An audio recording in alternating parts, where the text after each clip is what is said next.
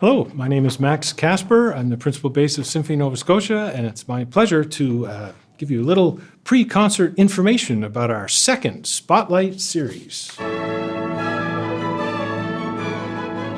We have a lot of great music for you this season, and including a lot of compositions that you may not have heard of, but rest assured they're all amazing. Our first composition by Jessie Montgomery, and it's entitled Starburst. And she's a violinist as well as a composer. She wrote this as a common definition of a starburst: the rapid formation of large numbers of new stars in a galaxy at a rate high enough to alter the structure of the galaxy significantly. And we move right after that into a Canadian work by R. Murray Schafer, In Memoriam, Alberto, Guerrero. Murray Schafer is one of the iconic Canadian composers. He thought that we should encourage artists, wherever they may find themselves, to draw on the riches of their local surroundings and culture. He felt that wherever you were, you could create culture with what was around you and the things that were around you. His works are very beautiful and striking with that when you think about them like that. The Alberto Guerrero, the piece that it was written for, was his piano teacher.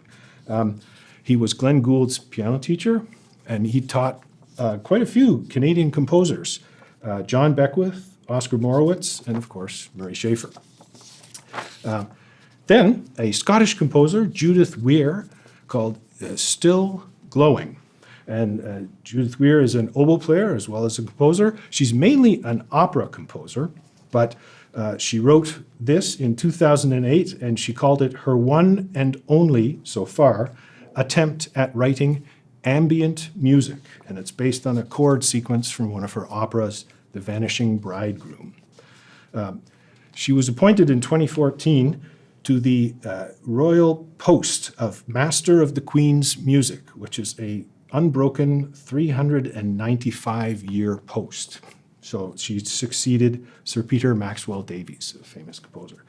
Then we move on to an English composer, Ralph Vaughan Williams, and his Fantasia on a theme by Thomas Tallis. Vaughan Williams has an English sound, and it's different. It's sort of more spacious, broader, almost rural instead of citified. Another famous piece by Vaughan Williams is The Lark Ascending. So if you've heard that, you think, oh yes, I know this.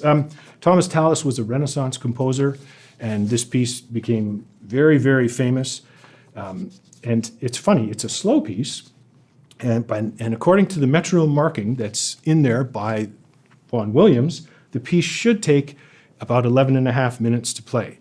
However, if you go and check out all the recordings, it generally lasts between 12 minutes, was the shortest, and 18 minutes by Leonard Bernstein, who's the winner for the slowest performance on recording. So you should come with a stopwatch and see how long it takes Holly to get through this piece.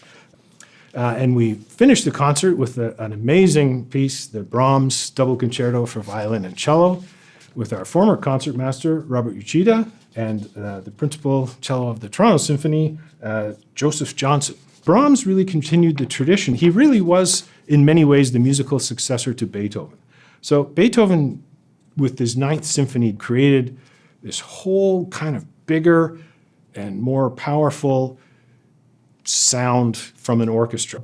There was a sort of a standing joke that Brahms' First Symphony was really Beethoven's 10th Symphony, because there's a little bit of a theme that sounds like the Ode to Joy. Brahms himself had a very, very sharp wit. He was very caustic and very sort of slovenly a little bit. He smoked very foul-smelling cigars.